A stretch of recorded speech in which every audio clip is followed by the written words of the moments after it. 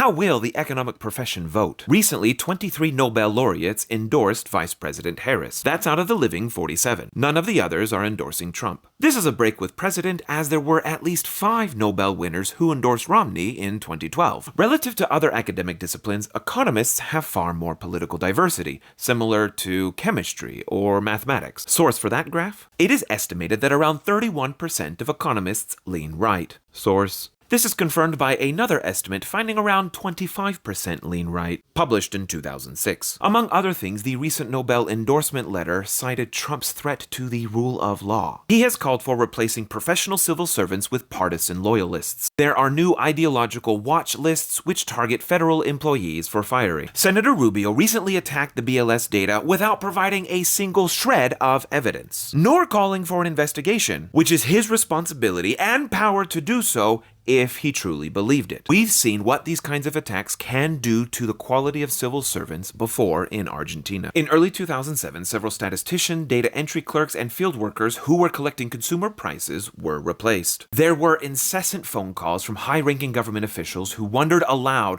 whether there was any way to arrive at a lower inflation number. While initially denying any inaccuracy, by 2013 or so, it became obvious that the data had been manipulated. The economist Alberto Cavallo and others found that the official inflation data, the dotted line down here, was 1/3 less than the publicly available prices found online. This is in contrast to the accuracy found in government statistical agencies all across the world. They found US inflation data is correctly reported. Today, private estimates such as Truflation also find similar numbers as the BLS. This inaccurate reporting was one of the steps that led to Argentina to experience runaway inflation in the past 20 years. Now, will this happen to the US? It is uncertain. The proposals for mass deportation, mass deficits, and raising tariffs back to levels we haven't seen since the Great Depression will all cause the US inflation rate to rise. Under that scenario, we could see loyalty pressure on our statistical agencies, as well as forcing the Federal Reserve to ignore or even pretend the inflation isn't happening, so they won't fight it and then it gets out of hand.